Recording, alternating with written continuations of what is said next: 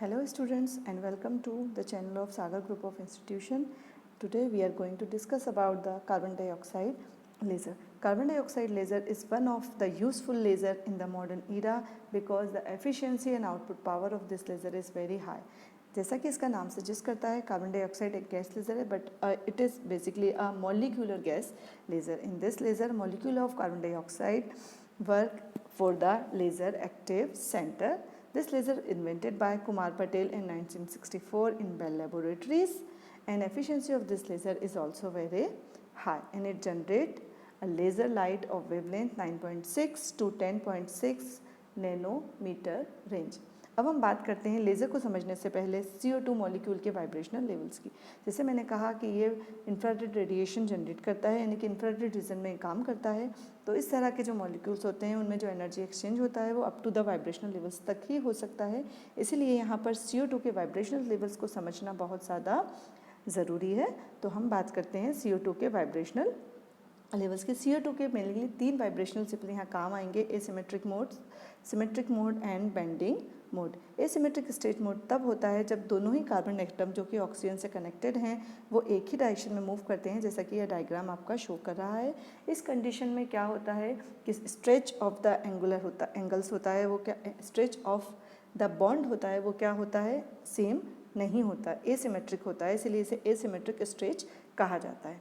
Symmetric mode जब दोनों ही carbon atom जो कि मिडिल जैसा कि इसमें दिया हुआ है ऑक्सीजन से कनेक्टेड है वो अपोजिट डायरेक्शन में स्ट्रेच करते हैं, तो वाइब्रेशन के कारण जो स्ट्रेच प्रोड्यूस होते हैं उनके कारण जो बॉन्ड लेंथ चेंज होती है वो दोनों डायरेक्शन में सेम होती है, और जिसके कारण स्ट्रेच तो होता है बट वो सिमेट्रिक होता है, इसलिए इसे स्ट्रेच एसिमेट्रिक के बजाय सिमेट्रिक स्ट्रेच मोड कहा जाता है. थर्ड है आपका बेंडिंग मोड. जब जो कार्बन के एटम हैं वो लोअर या अपवर्ड डायरेक्शन में बेंड हो जाते हैं और कार्बन ऑक्सीजन एटम जो है अपनी पोजीशन पर ही रहता है, तो जो बॉन्ड एंगल है वो चेंज हो जाता है, इसलिए इसे बेंडिंग मोड कहा जाता है. तो इन तीनों ही वाइब्रेशनल मोड की वजह से ही इस पूरे सिस्टम में काम होता है. तो यहाँ पर हमने CO2 के मॉलिक्यूल्स के वाइब्रेशनल लेवल के बारे में पढ़ा. अब हम बात करेंगे किसी भी लेज़र के बेसिक कंपोजिशन के बारे में. तो किसी भी लेज़र का अगर बेसिक कंपोजिशन की बात करेंगे आप, तो किसी भी लेज़र में बेसिकली 3 कंपोनेंट्स होते हैं: active medium, pumping source and optical resonators. Active medium यानी कि वो मीडियम जहाँ पर लेज़र लाइट प्रोड्यूस होती है. Energy source is called pumping source, and जो मिरर्स हम दोनों साइड प्लेस करते हैं एक्टिव मीडियम के वो कहलाते हैं optical resonators. Optical resonators basically optical feedback devices होती है जो पॉलिश्ड होती है. One side is fully polished, other is the partial polished, और जो लेज़र बीम है वो हमेशा पार्शियल पॉलिश एंड से ही बाहर निकलती है. अगर हम लेज़र के प्रिंसिपल की बात करें तो laser work on the principle of stimulated emission of radiation. Now हम बात करते हैं इस लेज़र के कंस्ट्रक्शन की. तो CO2 एक गैस लेज़र है, तो CO2 गैस लेज़र के लिए इस कंप्लीट जो आपका वैक्यूम चैम्बर है इसके अंदर CO2 गैस फिल कर दी जाती है, मगर इस लेज़र में केवल CO2 एम्प्लॉय नहीं करती. यहाँ पर 3 गैसेस का मिक्सचर फिल किया जाता है. वो 3 गैसेस हैं आपकी carbon dioxide, nitrogen and helium. ठीक है, इन तीनों गैसेस का मिक्सचर इसके अंदर फिल किया जाता है. रेशियो होता है 1:1:8. यहाँ पर 3 गैस क्यों यूज़ की जाती है? क्योंकि कार्बन डाइऑक्साइड का मॉलिक्यूल सीधे एनर्जी गेन नहीं करता, इसलिए नाइट्रोजन की रिक्वायरमेंट होती है, और कार्बन डाइऑक्साइड के डी एक्साइटेशन में हीलियम एटम यहाँ पर मदद करता है, इसलिए हीलियम का यहाँ पर यूज़ किया जाता है. ठीक है, तो होता क्या है कि इस पूरे के पूरे वैक्यूम चैम्बर में ये तीनों गैसेस जो हैं वो फिल कर दी जाती हैं. उन दोनों ही वैक्यूम चैम्बर के दोनों तरफ 2 मिरर प्लेस कर दिए जाते हैं. पहला मिरर प्लेन पैरेलल होता है, जबकि दूसरा मिरर जो है वो कॉन्केव मिरर होता है या हाफ प्लेनो कॉन्केव मिरर होता है. ठीक है, प्लेनो कॉन्केव में पार्शियल रिफ्लेक्टिंग एंगल प्लेस कर दिया जाता है, और इन दोनों को कनेक्ट कर दिया जाता है इलेक्ट्रोड के थ्रू वैक्यूम चैम्बर से, और दोनों साइड हम एक काम और करते हैं, इसके आसपास लगा दिया जाता है कूलिंग जैकेट, क्योंकि यहाँ पर CO2 गैस जब जनरेट होती है तो एनर्जी हाई होने के कारण आपका जो पूरी असेंबली है उसके गर्म होने का खतरा बहुत ज़्यादा होता है. और CO2 जैसे हम जानते हैं कि बहुत हार्मफुल गैस है, तो उसको ठंडा रखना बहुत ज़्यादा ज़रूरी है. अगर उसका चैम्बर लीक हुआ तो CO2 एनवायरनमेंट को इफेक्ट कर सकती है. यहाँ पर बात हुई इसके इस तरह की हमने बात की. अब डायमेंशंस की अगर बात करें तो 2.5 सेंटीमीटर जो है वो डिस्चार्ज ट्यूब की डायमीटर होती है और 5 सेंटीमीटर इसकी लेंथ होती है. ठीक है, अब हम बात करते हैं, ये तो हुई इसके स्ट्रक्चर की बात, हम बात करते हैं वर्किंग की. तो CO2 लेज़र का जो वर्किंग है वो बहुत ही इंटरेस्टिंग है, क्योंकि यहाँ पर वाइब्रेशनल लेवल्स काम करते हैं। वाइब्रेशनल लेवल सिंगल लेवल नहीं होते बल्कि मल्टीपल लेवल्स हो सकते हैं। तो सबसे पहले जो एनर्जी इंफ्रारेड रेडिएशन की मिलती है इलेक्ट्रिक डिस्चार्ज के थ्रू, यानी कि पंपिंग सोर्स के थ्रू, वो एब्जॉर्ब करता है नाइट्रोजन और कहाँ जाता है, अपने एक वाइब्रेशनल एनर्जी लेवल पर। इस वाइब्रेशनल लेवल ऑफ नाइट्रोजन की जो एनर्जी होती है वो asymmetric state mode of carbon dioxide के लगभग बराबर होती है। तो वो अपनी एनर्जी किसको ट्रांसफ़र करता है, कार्बन डाइऑक्साइड को, और खुद जो है रिटर्न बैक अपनी एक्चुअल पोजीशन पर आ जाता है। यहाँ पर asymmetric state mode vibrational mode होने के कारण एक मेटास्टेबल स्टेट है। लाइफ टाइम ज़्यादा होने के कारण population inversion can easily be achieve in this condition. तो यहाँ पर जो है वो अचीव होता है पॉपुलेशन इन्वर्जन और लेज़र लाइट जनरेट हो सकती है। इसी के लिए यहाँ पर पॉपुलेशन इन्वर्जन को मेंटेन करने के बाद अगर कोई स्पॉन्टेनियस एमिशन होता है, उससे निकलने वाली रेडिएशन की 2 वेवलेंथ हो सकती हैं, 10.6 and 9.6 micrometer.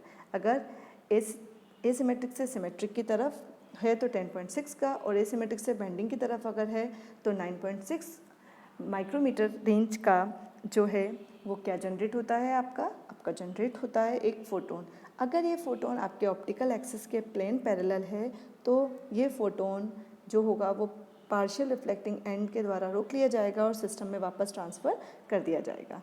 And it is gate oscillated between the 2 optical feedback devices या ऑप्टिकल रेजोनेटर्स। ये जब तक इन डिवाइसेस के बीच जो है वो ऑसिलेट करता रहता है जब तक कि एक हाई एफिशिएंसी का फोटोन जनरेट नहीं हो जाता, यानी कि उसकी एनर्जी नहीं बढ़ जाती। ये एम्पलीफाइड एनर्जी फोटोन अगर एसिमेट्रिक स्टेट मोड के किसी मॉलिक्यूल से आकर टकराता है तो यहाँ पर अकॉर्डिंग टू प्रिंसिपल हम जानते हैं कि स्टिमुलेटेड एमिशन जनरेट होता है, जिसके कारण 2 कोहेरेंट फोटोन्स प्रोड्यूस होते हैं। ये दोनों कोहेरेंट फोटोन सेम नेचर के होंगे जैसा कि नेचर इंसिडेंट फोटोन का है, जिसके कारण ये ऑप्टिकल एक्सिस के प्लेन पैरेलल ट्रेवल करेंगे, फिर ऑप्टिकल फीडबैक डिवाइस के पार्शियल रिफ्लेक्टिंग एंड से रोक लिए जाएंगे, जिसके कारण ये भी सिस्टम में वापस आएंगे। और एसिमेट्रिक स्ट्रेच मोड के अगर किसी मॉलिक्यूल से टकराते हैं तो यहाँ पर अगेन क्या होगा, स्टिमुलेटेड एमिशन के थ्रू फोटोन जनरेट होंगे, और ये प्रोसेस कंटिन्यू चलती रहती है जब तक कि हाई इंटेंसिटी की 10.6 से 9.6 माइक्रोमीटर की लेज़र लाइट प्रोड्यूस नहीं हो जाती। ये जो लेज़र लाइट प्रोड्यूस होती है ये पार्शियल रिफ्लेक्टिंग एंड से बाहर निकल जाती है। पार्शियल एंड लेज़र बीम को रोकने में सक्षम नहीं है, इंडिविजुअल फोटोन्स को रोक सकता है। तो ये लेज़र बीम जो है वो उन्हीं फोटोन्स की क्वालिटी की है जिस फोटोन्स को हमने सिस्टम के अंदर रोक के रखा था, यानी कि 10.6 माइक्रोमीटर की, और ऑप्टिकल एक्सिस के पैरेलल चल रही है। अब बात आती है कि जो एटम इन लेवल्स पर आ गए हैं उनका क्या होगा। जो मॉलिक्यूल यहाँ पर हैं वो यहाँ हमेशा तो रह नहीं सकते, ये भी मेटास्टेबल स्टेट्स हैं, तो वो अपनी लाइफ टाइम ख़त्म करने के बाद टूवर्ड्स द लोअर स्टेट आते हैं, मगर लोअर स्टेट ग्राउंड स्टेट के बहुत ज़्यादा नज़दीक है। E2 स्टेट जो है वो ग्राउंड स्टेट के बहुत ज़्यादा नज़दीक है। उसके ग्राउंड स्टेट के नज़दीक होने के कारण होता क्या है कि यहाँ पर पॉपुलेशन इन्वर्जन को मेंटेन रखने में बहुत दिक्कत होती है, क्योंकि यहाँ से डी एक्साइटेशन बहुत मुश्किल हो जाता है। तो उस डी एक्साइटेशन को मेंटेन रखने के लिए हीलियम काम करती है। अगर हीलियम का मॉलिक्यूल, हीलियम का जो एटम है वो कार्बन डाइऑक्साइड से टकराता है तो कार्बन की एनर्जी हीलियम एब्जॉर्ब कर लेता है और कार्बन जो है वो नीचे आ जाता है, और जिसके कारण पूरे सिस्टम में population inversion asymmetric state mode पर हमेशा मेंटेन रहता है। अब जिसके कारण कंटिन्यूस लेज़र बीम हमको मिलती है, और इस लेज़र की एफिशिएंसी और आउटपुट पावर बहुत ज़्यादा हाई होता है। So this is all about the working of carbon dioxide laser. तो कार्बन डाइऑक्साइड लेज़र जैसे कि हाई पावर लेज़र है, एफिशिएंसी ज़्यादा है, इसलिए इसका मिलिट्री में और मेडिकल साइंस में बहुत ज़्यादा यूज़ किया जाता है। स्किन कैंसर के ट्रीटमेंट में, लेज़र सर्जरीज़ में कार्बन डाइऑक्साइड बहुत ज़्यादा यूज़ किया जाता है। मेडिकल लाइन के अलावा मिलिट्री एप्लीकेशंस में भी जो सेंसर्स डिवाइसेस होती है उसमें इसका बहुत ज़्यादा यूज़ किया जाता है। इंडस्ट्रीज़ में भी कटिंग, ड्रिलिंग और वेल्डिंग के लिए CO2 लेज़र का बहुत ज़्यादा यूज़ किया जाता है। तो this is all about the CO2 laser in this lecture. I hope students आपको आज का लेक्चर पसंद आया होगा। Thank you so much. I hope मैं आपके लिए फिर एक नया लेक्चर कुछ समय बाद लेकर आ पाऊँ।